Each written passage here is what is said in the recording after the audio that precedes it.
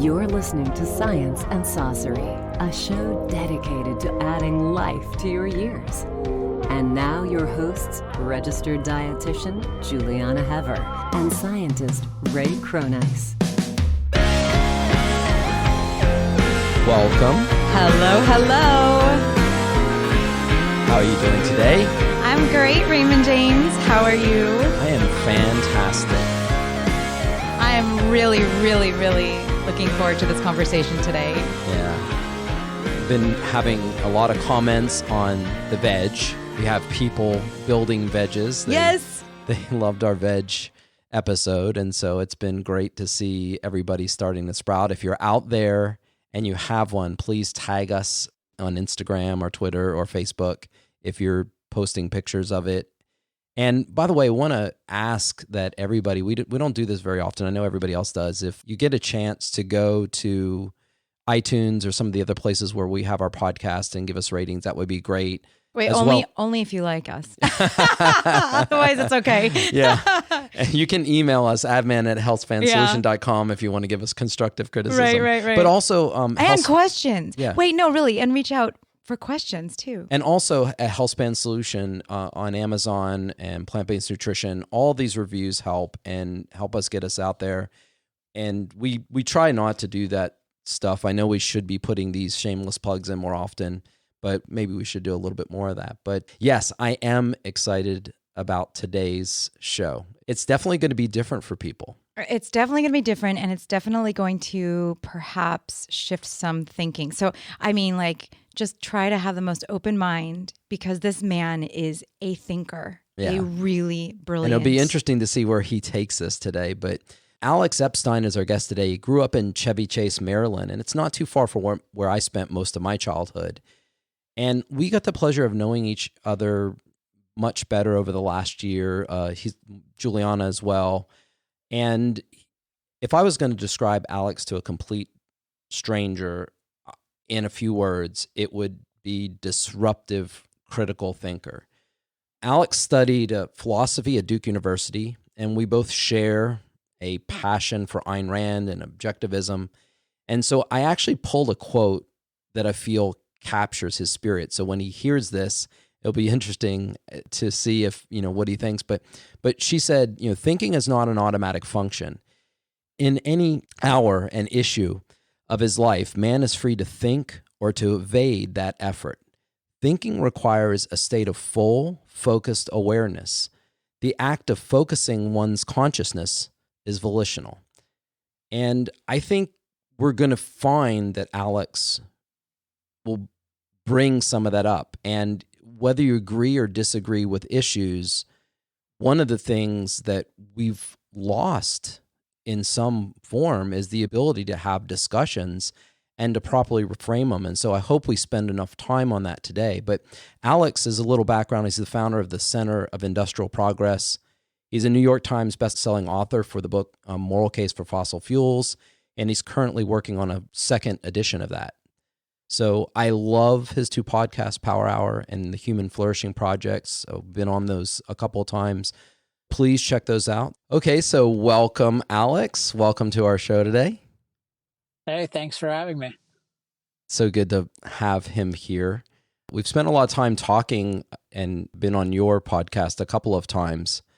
And one of the really interesting things, and this is very much a twist from what we normally talk about, is food. But one of the interesting things I find is that in general, people don't think carefully about problems. And one of the things that attracted me to your work very early on is this very careful way that you approach problems, and how you really come at it from a non-emotional perspective. And that doesn't say that you don't have biases. We all do. But can you sort of explain some of the issues that people have generally when trying to think about a problem? Well, yeah. So I think specifically this comes up with problems of human action. And actually a lot of my motivation to get into philosophy, which is my kind of fundamental subject that I'm interested in, which has to do with what are the fundamentals of how we think and how we live, what are the fundamental principles that guide our thinking and guide our action, is I had a background when I was young that was very science and technology oriented. So I was at one of the leading high schools in the country for math, science, and computer science, and I generally had a lot of reverence for those fields and for the methodology, the logical methodology that those fields entail. I mean, when I was my high school, basically we were being trained to be research scientists, and you see there are definite methods that you follow in order to reach accurate conclusions. And at first, I was not at all interested in the human action stuff, in part because it didn't seem to have any kind of logical methodology. It just seemed to be people randomly arguing against one another and very emotional, and just people didn't seem to be getting anywhere. And I grew up in the DC area, so there was lots of this stuff, and I really avoided it until I was about 15. And then for whatever reason, when I was 15, I thought, you know what, I'm going to try to apply logical thinking to these kinds of questions. At the time, I would have thought of it as political questions, but now more broadly, I'd think of it as questions of human action. And I think just the first thing to say is that we don't have any kind of generally accepted method for thinking about questions of human action. And one thing that's notable, I think, is that so you can look at what's just happened. I mean, obviously we have a dangerous virus that people are having very different kinds of reactions to. And you notice that the kind of default, and there are obviously human action decisions to be made, both as individuals and by governments. And note that the default kind of reaction is, let's just do what the scientists say. And it's the idea is, and there's something there because obviously you want the relevant science involved. But I think part of this is there's no real science of human action for thinking about human problems in a broad way. So the default is, well, let's just ask epidemiologists what they think, or let's ask Dr. Fauci what he thinks. And even if he was the best thinker on this issue, which I think is very far from true, you would still need to integrate just a common sense. Like, you can't just integrate thinking about how dangerous this virus is when guiding your action. You have to think about all the different other considerations involved. Just as like individuals, our goal in life isn't to minimize this particular virus. But if the virus comes along, that's part of our goal. But our goal overall is we want to be successful overall. And so we need to factor in the virus, but we need to factor in a lot of other kinds of considerations in terms of guiding our action. Which is the thing I want to point out at first is there's no real generally accepted method of doing that. And I think that's a problem. And so I've become very interested in what are the proper methods of thinking about human action. But the first thing I want to start with is almost nobody's even trying to have a good method. The closest is just pick one random science that's relevant and then just ask someone in that field what he thinks you should do. It's so interesting because that just reminds me of Aristotle and Plato. It's amazing to think that they were philosophers and doctors and mathematicians. And that's like how we used to think of, these are people. We don't have that anymore. Integrated. Yeah, everything's very integrated. And now it's like we have specialists for everything. And I love what you're saying is that we need to kind of look at it from a broader perspective. I think that's what you're saying. Right. Yeah, well, and Aristotle, like, in a sense, he knew everything at the time because there wasn't that much to know, and he was a genius. And so it's amazing that we have specialists. But if you just think from an individual level, even just listening to this podcast, you're trying to get specialists who are guiding you in one particular area of life that's very crucial, which is nutrition. And even there, it takes a lot of effort to think about which are the best specialists in this field and why do I trust them. But then obviously everyone would think at an individual level, yeah, nutrition is just one aspect among many of life. And so there's just all these interesting questions about within the given fields, how do you arrive at the truth? And then among the fields, how do you integrate them for your own life? And then there are related questions of political questions. How do governments factor these things in? Yeah, and I'll suggest, how do you ask the question? Because it depends on what your goal is as to what may be the most direct path to where your solution is. So, we could say, what we do, which is how do you maximize health span? How do you maximize human flourishing with food and nutrition versus many people that listen to our show? How do you save the most animals? Now, those don't have to be mutually exclusive, but when you ask those two different questions and then start the process about defining what is food and what should you be eating, you can come to vastly different solutions. And this is one of the things I've seen with you that's so clear, is that you really put a lot of importance on framing the problem, I want to say very accurately, not precisely, but very accurately, so that you know where it is you're coming back to. Yeah, I think this is, if you were to pick one method that's essential to thinking about questions of action, it has to be, what's the goal? Mm-hmm. What's the goal of the action? And I'll probably today just keep referring to the issues of nutrition, energy, and also the new coronavirus, just because these are all things. Yes. And I think it's notable to think about ambiguity about the goal in each of these. So in nutrition, there's this question of what's the goal. And as we've talked about before, there are many kinds of goals that people have. I think health span is definitely the best one as a single goal, but people definitely have weight loss, athletics, fat loss, performance, fecundity, recovery. Yeah. And so it's very clear in the field of nutrition that depending on the goal or the end you pick, the means are going to be quite different. And then that's not to say that's, once you have the goal, it doesn't mean the means are automatic. There's a whole bunch of stuff going on there that we need the right kinds of methodologies to get to that. We can talk about that.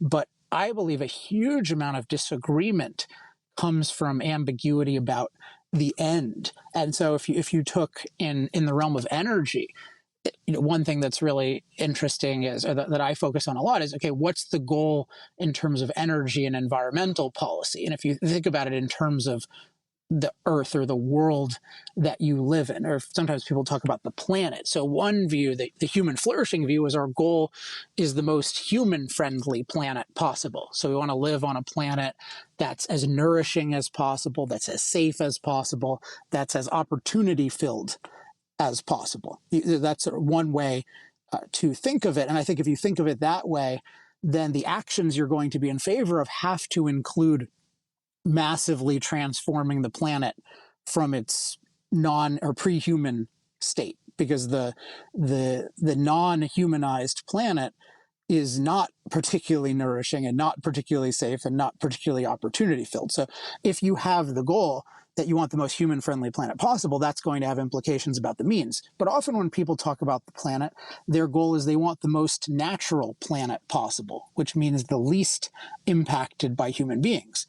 And then if that's your goal, then the means is not transforming nature, because that contradicts your very goal. And with something like the issue of climate, there's a lot of ambiguity on when people say, I'm against climate change, I'm against us adding CO2 to the atmosphere. Is that because it's really that on balance is making the planet a lot worse for human beings, even if you include all the energy that comes with it that allows billions of people to have a much better world? Is it really that? Or is it you think there's just something intrinsically wrong with having more CO2 in the atmosphere? Or it could be even there's some damage from having more CO2 in the atmosphere, but you're not looking at the full picture. That's more of a method issue. But it's kind of, is the goal human flourishing, or is the goal minimal change or minimal impact? And that will totally change the principles and the actions that you support. And with the COVID issue, it's been really interesting because you've had people explicitly saying, including the President of the United States, the Governor of New York, effectively saying, our number one goal is to save lives from this disease. And that sounds good for half a second. But if you really think about your own life, would you say my number one goal is to minimize the risk of this disease? You would say that's a goal. And depending on how serious the disease is, it'll become a more significant goal. But no, your goal is you want to survive and you want to flourish. You want to live to your highest potential. And so there are numerous types of risks and concerns that you're going to take into account. But you would never think of it as my goal in life is to minimize the risk of one particular disease, because with many diseases, the way you could minimize your risk of them is just to like live in a concrete bunker indefinitely, and your life would be miserable. And ultimately everything else would go downhill, but you would be avoiding that particular disease. You would never think, oh, my goal in life is to minimize my risk from the flu.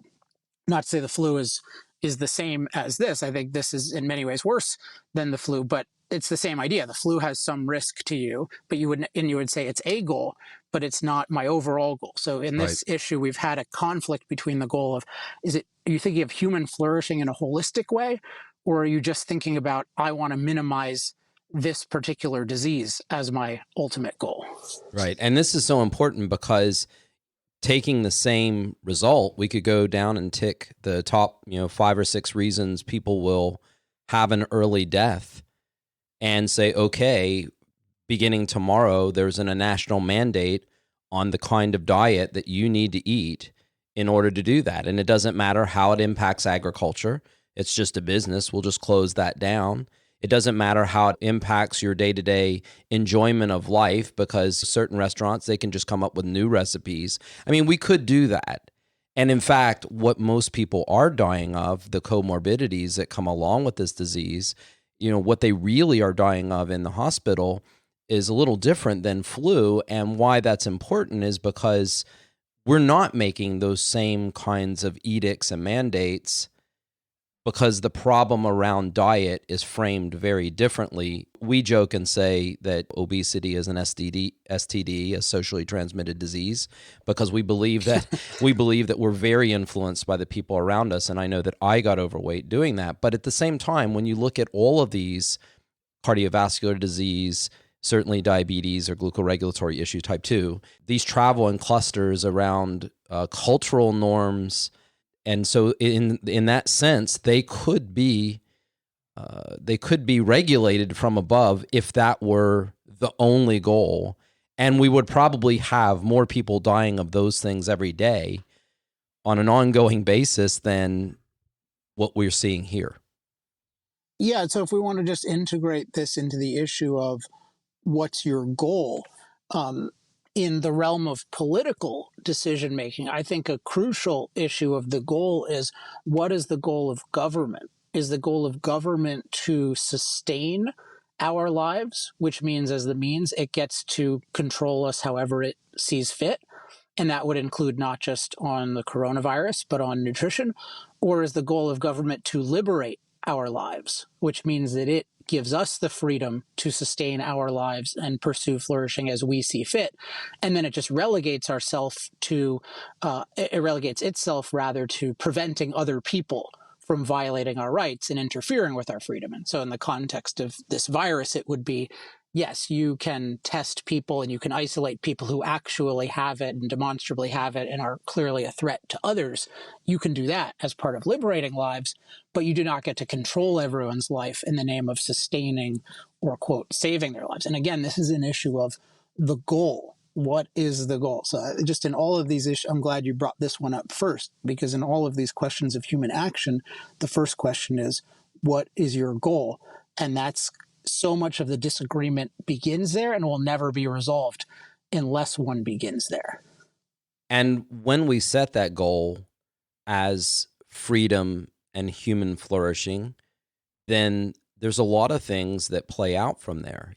Juliana and I try to encourage people. We say, be a lighthouse, not a tugboat. And when we talk about all food being habit, when we say until the new diet is equally convenient, familiar, and enjoyable to the old one, you don't have a choice. One or more of those will likely dominate the plate. We tell people they're not broken. We tell people that things that are socially extreme aren't necessarily biologically extreme. And in what's really the net of all of those things is the free will and the human choice to be able to make those decisions to guide their lives in a way that they see fit. I don't want to tell anybody how to eat. What I want to share with them is what the likely pathway will be from where they're starting now, whether they have blood pressure issues, etc., and then they get on to this diet and they get on to this sort of choices, the kinds that we recommend, and this is where we believe you'll likely end up. And if those meet your goals, then we'll help people do that. But we don't force those goals on anybody. And at the same time, in terms of integrating with the bigger community, we really aren't telling people how to eat. We're not making those kinds of social choices for them, where a lot of people start there and then work their way backwards to diet. And then I think all too often, and Juliana watched this in her career, they end up eating various forms of, like in this case, animal-free junk food. And if their goal is preserving the planet, that was one of the things you said, like as in its natural state, or not harming animals, or et cetera, they can achieve that goal and have a similar goal that is basically maximizing human suffering. Yeah, we say it's anti-human, because the goal is not, you're not focusing on your outcome, on the human outcome. Yeah, you're concerned about the animal, and you're not. I mean, but they're not mutually exclusive. As long, no. But I mean, you can have right. I mean, you're saying the means to human flourishing in the realm of nutrition. So the means to health span is a primarily or exclusively plant-based diet. So by definition, that's going to lead to less killing of animals for eating. Although in a sense, many animals won't be born and get to enjoy their lives until they die. So yeah, I think that's important. And that's one thing I really like about your work that I've commented on almost every time we're on the air together, which is that you're very clear about the pro-human goal. And that gives me much more confidence in the means versus somebody saying, yeah, I'm an animal rights activist. And then it just happens to be that preserving animal rights is also the best kind of diet. One quick comment, just to again integrate this point about the goal. So you mentioned freedom and flourishing. And I just say that the way I think of it is that the proper goal for individuals is flourishing. And you can think of individuals or groups of individuals as to flourish. I think the proper goal of government is freedom. So I don't think of the government as thinking about how does everyone flourish. And the coronavirus issue, this has come up because some of the better, there's been a certain strain that I've been particularly critical of in this, where there have been people prescribing policies that are what I'm calling universal isolation policies, that says that everybody needs to everybody needs to be isolated equally. And I just find this bizarrely irrational, because there are certain populations that are just far, far more vulnerable than others. And you're just seeing in terms of death tolls, how much is occurring in nursing homes, just nursing homes, huge percentages. So universal isolation doesn't make sense. And then if you're going to do any kind of coercive isolation, which I'm very suspicious of, except for coercively isolating people who have it temporarily. And that's what we've always done in the past. Right. Yeah. But there's a case, definitely universal isolation makes no sense, even if you are willing to incorporate coercion. Then if you are willing to incorporate coercion, if that was proper, you should still do selective based on risk profile, because those are the people who are going to die, and those are the people who are going to overload the hospital system, which is the pretext for much of this. But it's, one, I know you said you know him, I think, but an interesting figure in this field, Dr. David Katz, whom I think has been much more rational than most commentators in terms of opposing universal isolation. But it's notable the way he talks about the issue is very much from the premise of the government's job is to sustain our lives, and we just need to have a total harm minimization framework. So we control people's lives with respect to coronavirus, but we also control them with respect to other things, or at least I think he's implicitly endorsing that. Whereas my view would be, and I think your view would be, no, the government's goal is to define and protect our freedoms.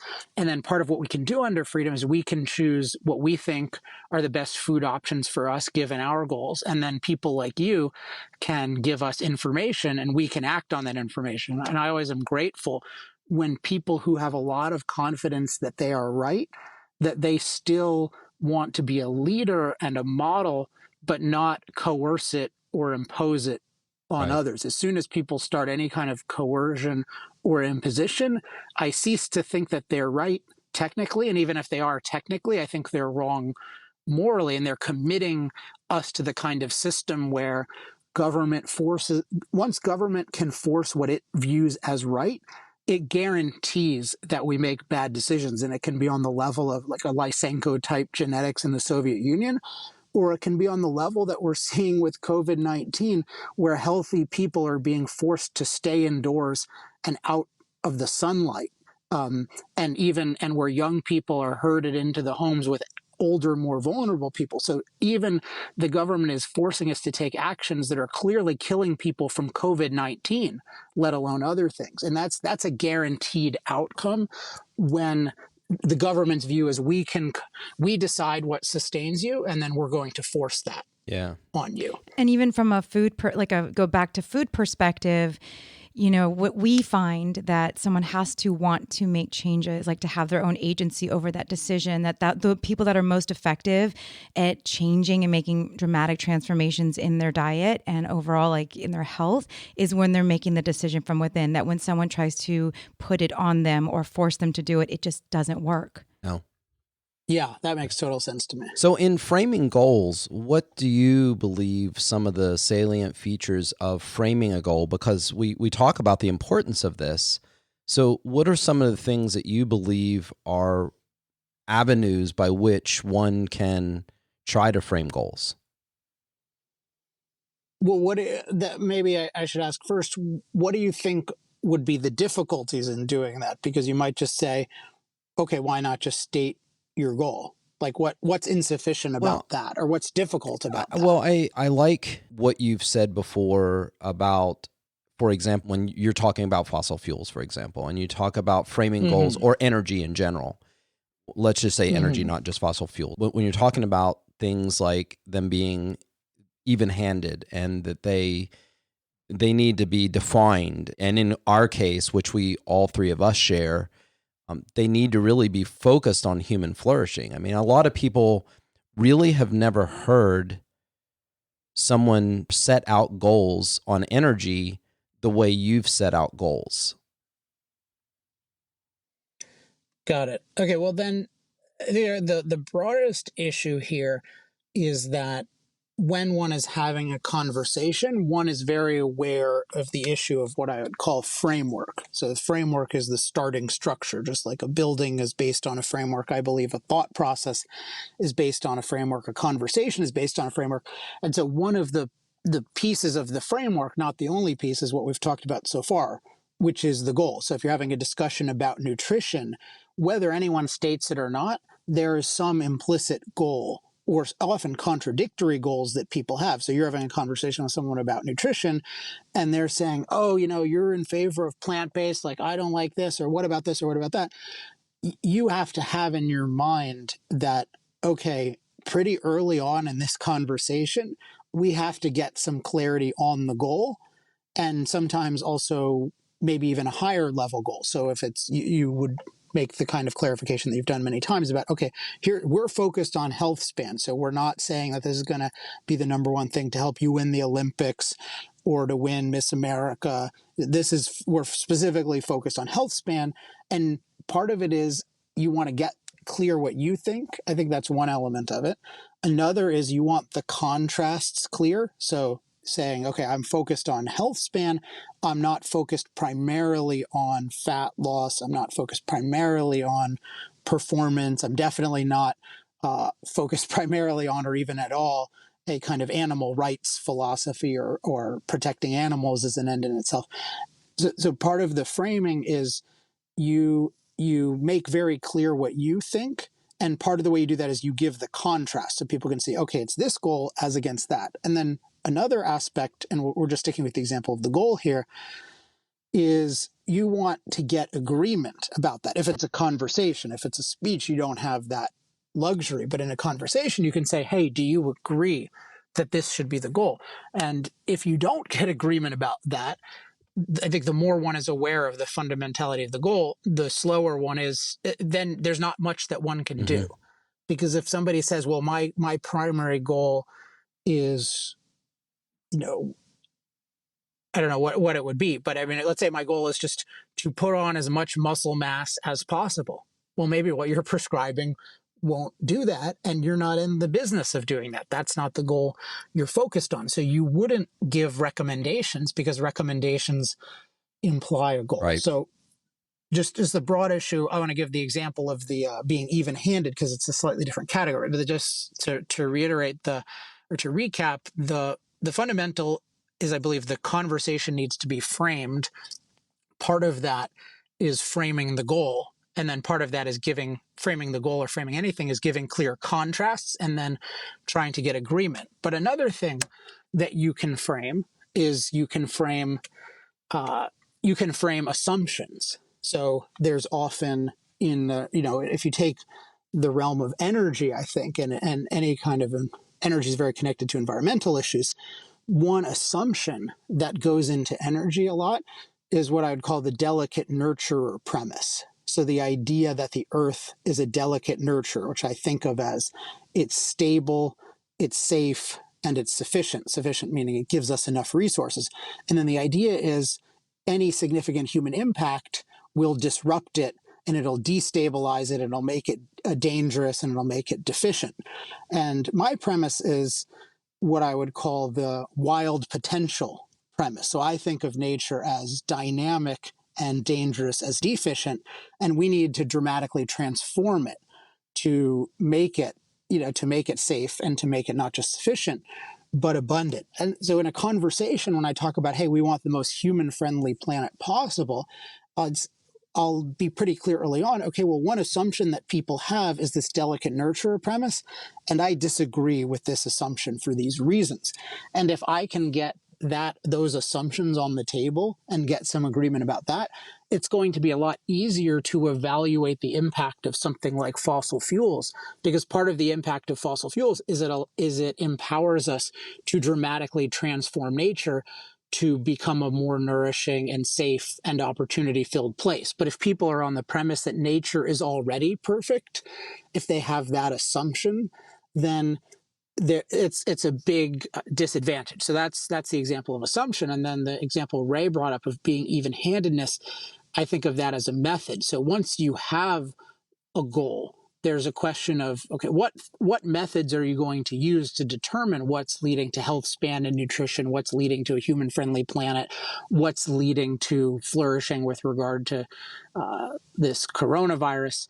And part of what you want to get at is, well, there are certain ways of looking at the evidence. And when I talk about even-handed, in situations where there are pros and cons to different things, the idea of even-handed is I'm going to look at both the positives and the negatives. So when I think about something like fossil fuels, I think about I'm going to look at both the benefits and the side effects. I'm not just going to look at the side effects of fossil fuels and the benefits of solar. I'm going to look at the benefits and side effects of both. Or I'll say, and I'm going to use precision. I'm going to try to weigh the benefits and weigh the side effects.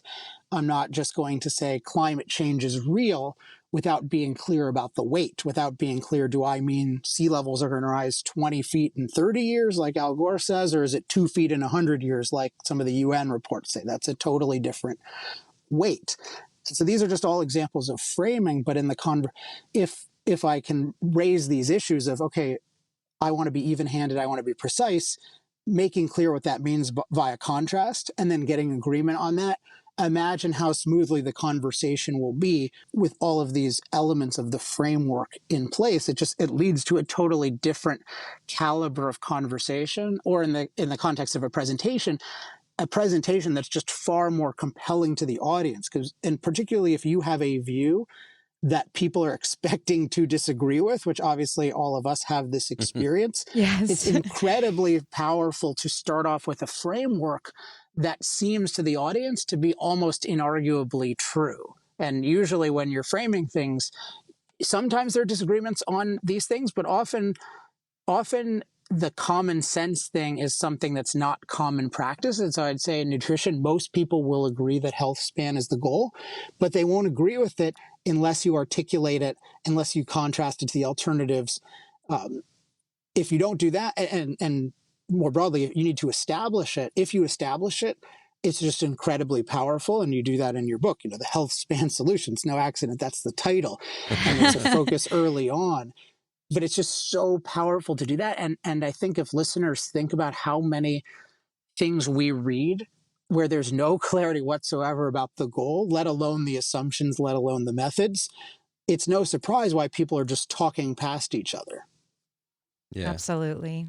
Well, that's so compelling.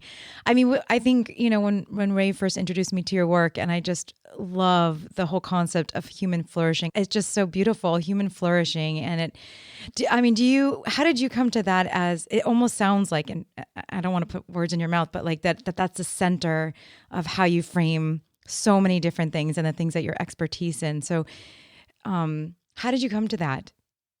It's such a beautiful, it just puts everything into such a great context. Well, the way I was introduced to the term was it's a term in philosophy that's trying to come up with an English version of what Aristotle meant by eudaimonia. Yes. I'm not sure if that's the exact pronunciation, but it's often translated as happiness. But many scholars think a better translation is flourishing. So to flourish is for an organism is to live to its highest potential.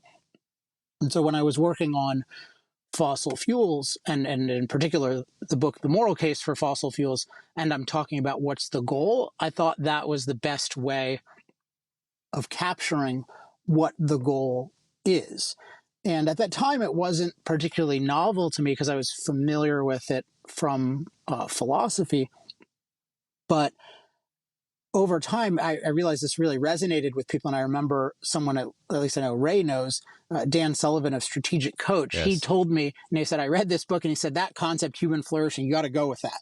That's a great concept. That's the center.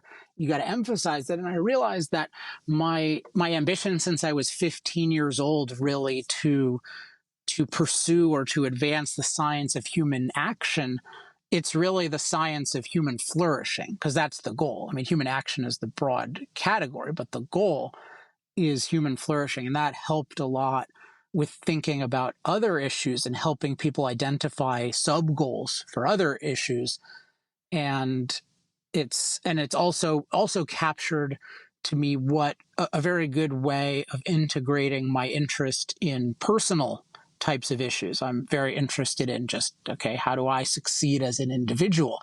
And I find flourishing to be a very useful concept there because it integrates mental success. It integrates happiness, joy, and in a sense, that is the goal, but it integrates that with material success as well, and not just money, but in terms of a healthy body. So I find it to be just a very useful concept, whether I'm thinking about my own life, helping other individuals with their lives, or thinking about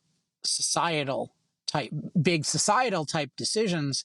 It's all about flourishing. But I would say that one difference I have from others is I do think about it in an individualistic way. So I don't think of the society as one giant organism that flourishes. You can talk about societies flourishing, but ultimately it is individuals flourishing. And part of the reason I advocate freedom is because I believe that freedom and in practice the protection of individuals' rights, particularly from coercion against one another, that allows, that gives everyone the potential to flourish. So you could think of it as like life, liberty, and the pursuit of flourishing. It's not, again, that the government guarantees or tries to guarantee flourishing or tries to control us in the name of sustaining us or having us flourish, but it gives us the precondition by liberating us, by allowing us to act on our own thinking about how to flourish, and also for us to interact voluntarily with 7 billion other potentially smart, great people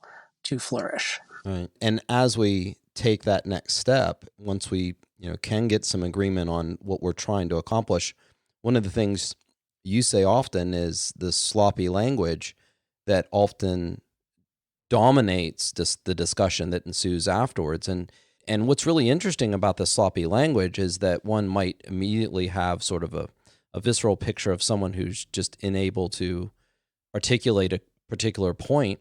In our case, we defined what we call macro confusion as sloppy language, meaning proteins and carbohydrates and fat aren't food groups. They're one way to organize food, but they're not the only way to organize food. And unless you go specifically down to what sort of fat, is it saturated, is unsaturated, what's the chain length?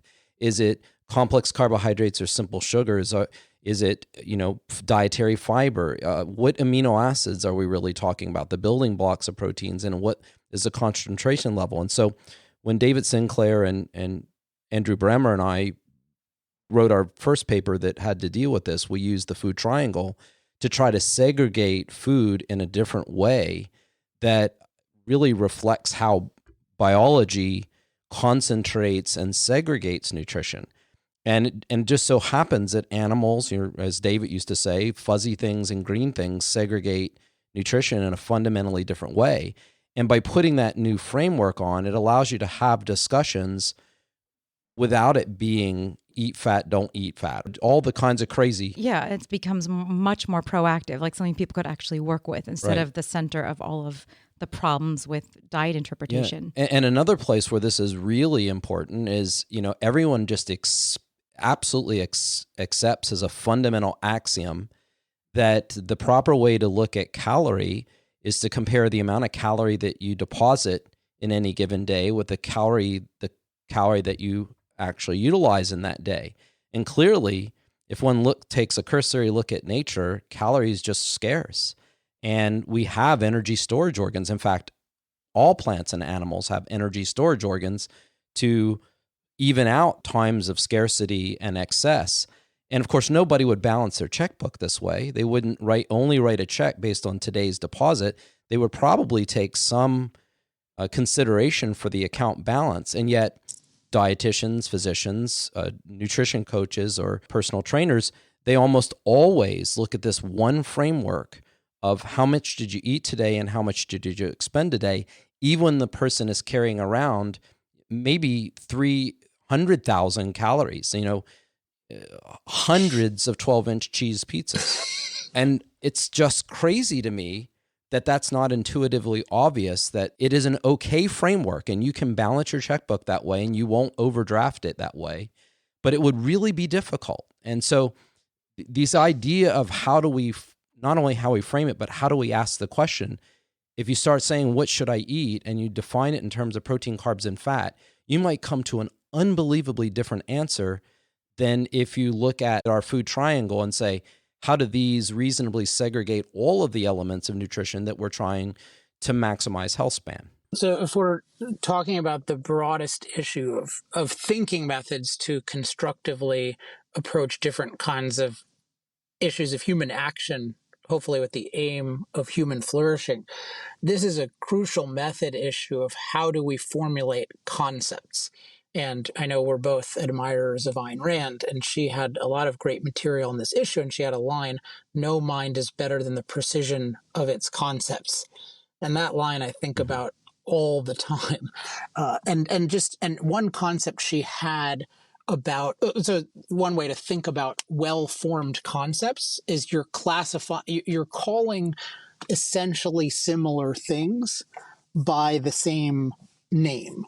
But there's always some purpose, so it helps to have the goal. So if you're thinking about health span, you're thinking about, okay, how am I going to label different kinds of foods? If I just say, okay, like low carb versus high carb, the question is are you packaging together essentially the same things, or are you packaging together very different things? And so with high carb, I think you've mentioned like the example of an apple versus apple juice. And those are metabolically quite different. And so this would be what Ayn Rand would call an intellectual package deal. The idea of package deal, I don't think it's as commonly used in business today, but essentially the idea of a package deal is you have to buy two things together. So sometimes people will say, like, let's say you're hanging out with a couple and you only like one of the people. I'm definitely not talking about you guys here. Just so you know. Thank you for clarifying that, Alex. Because we've hung out. Yeah. But you just think, and we like both of you.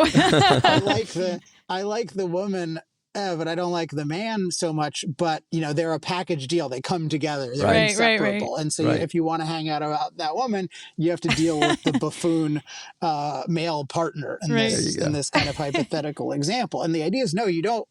I love you too, Alex. You don't want those. You don't want to package together a good thing and a bad thing, or even two very different kinds of things. And so when you're thinking of nutrition or anything else, you want to think about, how do I bundle things together in categories using concepts so that these things are essentially the same? And the real key to it is, how can I draw proper cause and effect conclusions? And ultimately, I'm trying to get at kind of, okay, stuff in this category I want to do, or I want to do in this way, and stuff in this other category I don't want to do. And if you have something like high carb and low carb, how are you going to ever prescribe action there? Exactly. Because they're not going to know. They're not going to know. So the formulation of the concepts is where so much of the action is. And it's just shocking how much in our culture so many issues have malformed concepts. And Ayn Rand has so many good examples of this in her thinking. I'll just give a couple of them just so people can see the scope of it. One is the concept of selfishness as commonly used. So her view would be like, the concept of selfishness just means the individual benefits from his or her own action. You should think of that as good, as would I. But the way selfishness is commonly used is it's a package deal of like a Steve Jobs, who does the work that he wants to his own standards and makes billions of dollars, but does it through productive activity and trade with others and benefits billions of people literally, versus an Adolf Hitler, who pursues, quote, his self-interest. So you have both Steve Jobs and Adolf Hitler are selfish. And the idea is, well, how are you going to make any headway with that? If you call someone selfish, are you calling them a Steve Jobs? Are you calling them an Adolf Hitler? Another one that she had that comes up today, and everyone still uses it, even smart people, is isolationism. Yes. So the idea of the idea is, okay, you're isolated or you're engaged. And the idea is, okay, but wait a second, what about, her view would be, well, what about like there's a patriotic foreign policy where you engage in other places when it's really in the self-interest of the country. So you don't say, I'm going to ignore everything in the world, I'm an isolationist, but nor do you say, my goal in life is to turn every country into a modern democracy or a modern republic. And so it's often what happens is people will say, often people who want to get the United States endlessly involved in everything in the world will say, oh, we can't be isolationist. We can't ignore the world. But Ayn Rand's view would be, no, nobody's really saying that. We're saying we want a patriotic foreign policy where we only get involved when it's actually in our interest, and really where it involves protecting the rights of our citizens. So if we get attacked or someone's about to attack us, then we get engaged. But we're not isolationists, but nor are we going to get engaged when it's not in our interest. And there are just so many issues like this where the way the concepts are formed are these package deals. And usually what's happening is the package deals are created by people who have a policy that wouldn't stand on its own with a clear concept. Right. So I believe in the realm of, this is a controversial one. Oh, I'll take the isolationist one. I think that's formulated by people who want the United States to sacrificially engage with the rest of the world, or maybe even to be imperialistic. But I think these days it's more sacrificial. The idea that, well, we need to be engaged everywhere around the world and we need to liberate all these different countries and stuff. And if they just said, hey, we want to sacrifice the U.S. to the rest of the world, that would not be a palatable policy. So what they do is they package together sacrificing the rest of the world with being rationally engaged in issues that really do concern us. And then they create an opposite package deal of isolationism to say, oh, the people who are against us, they don't believe in engagement, and clearly engagement is necessary, so these people are irrational. I think the same thing is true with the caricature of selfishness. And it's probably true with like low carb and high carb, where it's trying to, and it might go both ways. So sometimes often what will happen is people will own the bad package deal. So they'll say, yeah, I am an isolationist. or they'll say, yeah, well, I am in favor of high carb. And you just want to just wring your Yeah. hands because that's not how we think. That's not how we think about it. We need new categories. Yeah.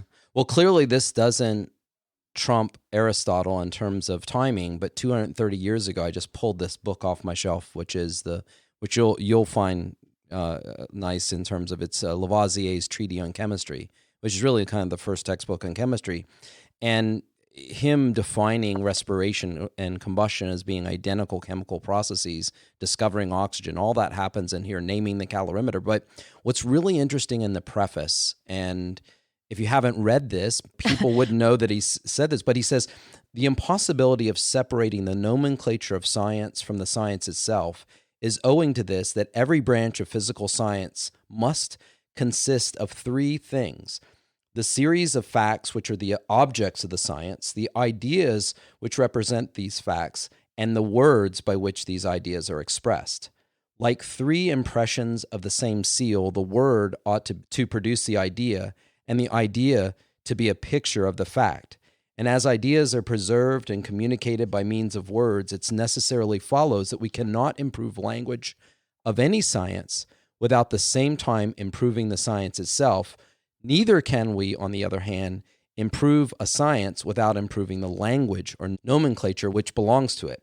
However certain facts of any science may be, and however just the ideas we may have formed of these facts, we can only communicate false impressions of others while we want words by which these may be properly expressed.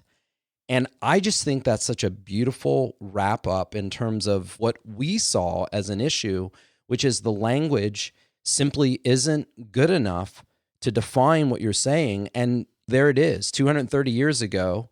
I mean, I hope anything I write is worthy 230 years from now. I'm not sure that it will be, but this idea that this imprecision in language is a lot of that. And then what we immediately do is we go to things like these emotional things, like you're offending me, or this idea is not worthy to be discussed because everybody agrees it's wrong. I mean, there are all of these things that happen, and it amazes me how imprecise we are in our discussions every day. It's already hard enough to understand, and yet we have to overcome that same adversarial reaction over and over and over again.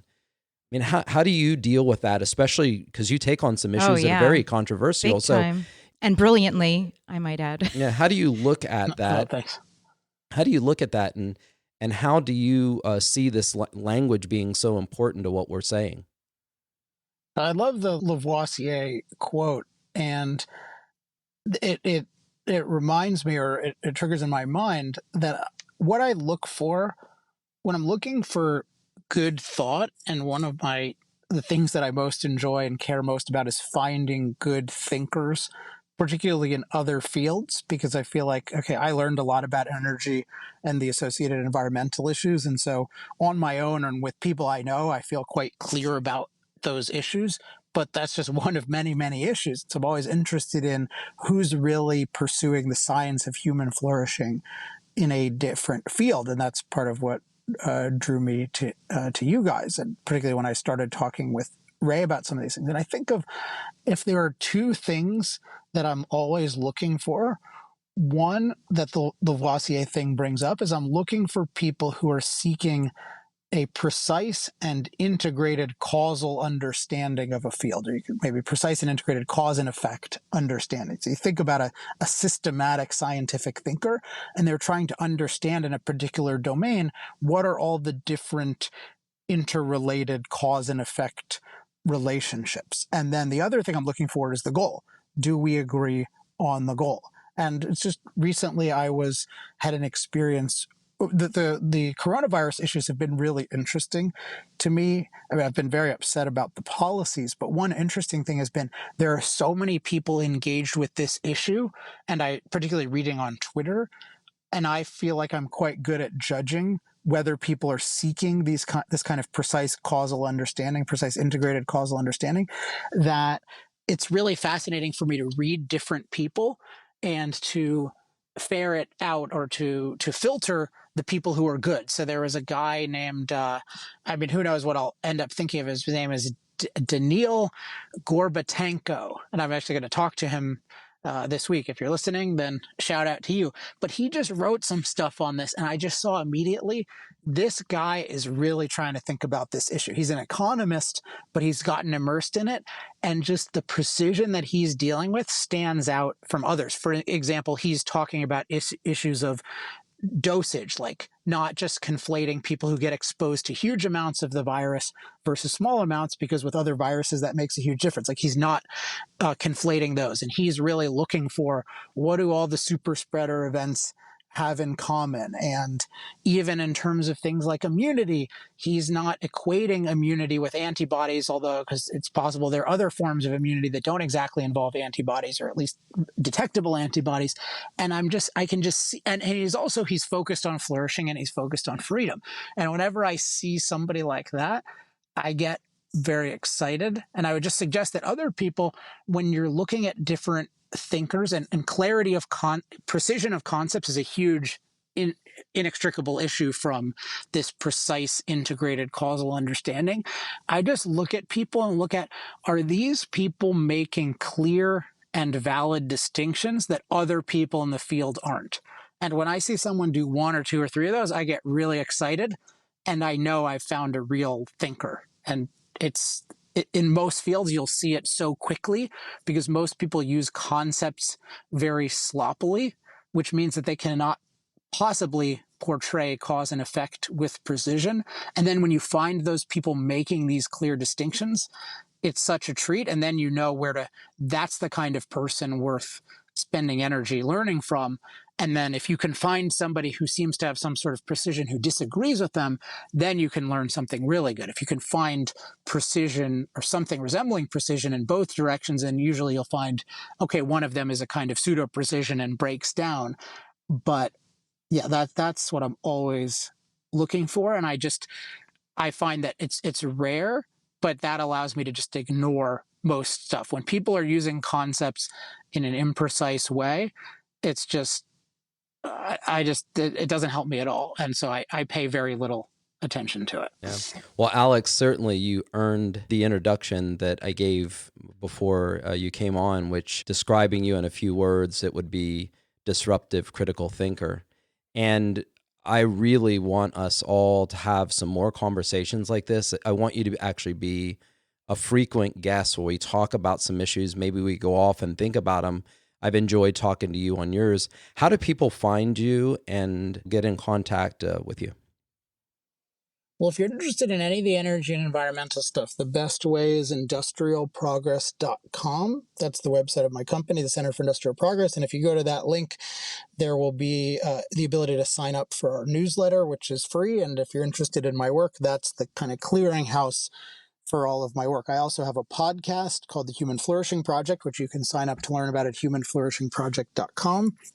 If you want to get in touch with me individually, my email is alex@alexepstein.com. And if you follow social media, I have accounts on most of those platforms. But again, I think the best one is industrialprogress.com, getting on my mailing list, because that enables me to communicate with you on a weekly basis until or unless you unsubscribe. And I found that to be the best way of developing a lot of intellectual relationships over time. Alex, I want to go back to just what you said right before and all of that you said about inspiration from that kind of thinker, and that is you. And you have been so inspirational for both of us. And definitely we want to have these conversations with you. So thank you so much for taking the time, and stay well. And we can't wait to talk and see you again. All right. Likewise. I'll see you guys soon. Fantastic. So much to think about. Yeah, it's really great. I love having conversations with Alex. Yes, and I learn from him every time. So thank you for joining us on this leafy green path to good health. It's always the food. So remember, keep eating right. Thank you for listening to Science and Saucery. For more details about the content in today's show, or to contact Juliana and Ray, please visit us at healthspansolution.com. Welcome